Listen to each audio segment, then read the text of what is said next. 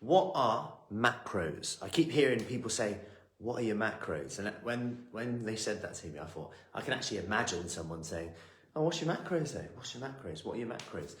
This is like jargon slang for macronutrients. So macronutrients. Macronutrients refer to protein, fats, and carbs, of which carbs can include fiber as well. So macronutrients is referring to the amount of these nutrients, protein, carbs, and fats, in your diet that ultimately makes up the calories you consume. So your total intake is calories. So when people say it's all about macros, not calories, that's not true. Your calories are your total amount. Then you've got protein, carbs, fats, which make that up. Protein is 4 calories per gram. Carbohydrates, 4 calories per gram. Fat, wait for it, 9 calories per gram. So as you can see, one of the pushes to reduce fat intake to help with weight loss is that 1 gram of fat contains 9 calories. Therefore, if you get rid of 1 gram of fat, that's 9 calories you're getting rid of. If you get rid of 1 gram of carbs or protein, that's only 4 calories you get rid of.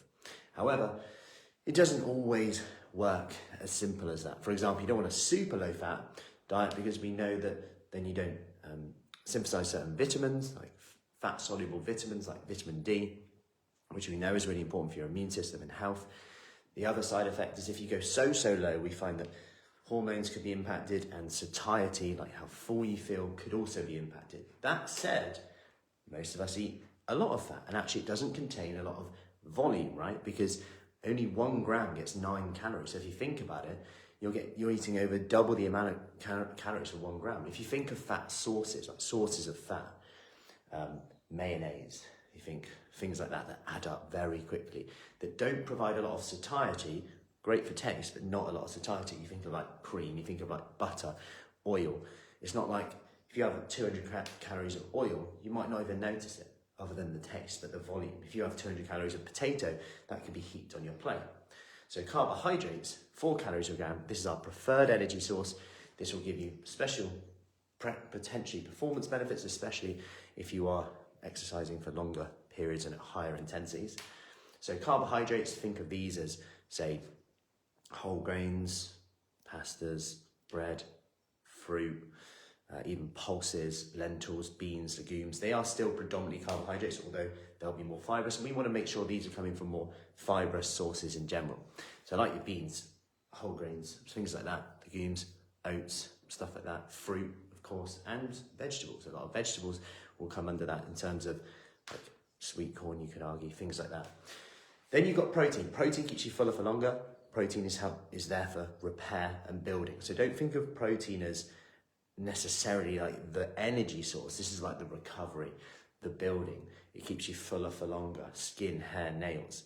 So if you think about this, okay, where can I start? It's so confusing. This is the next question. Start really small. Number 1, if you want the minimal part of it, work out how many calories you need. What I'll do, I'll put a link in the comments to a little calculator that's how many calories do I need.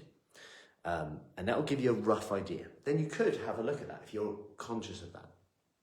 If you want to know, start there. If you then want to get a bit more into it, look at those calories. Then within those calories, try and get 1.2 grams of protein per kilogram of your body weight. So for example, if you weigh 100 kilos, multiply that by 1.2, 120, quick maths, you've got 120 grams of protein. So you would try and get 120 grams of protein, roughly. Don't be like dead on, don't think it has to be perfect, within those calories.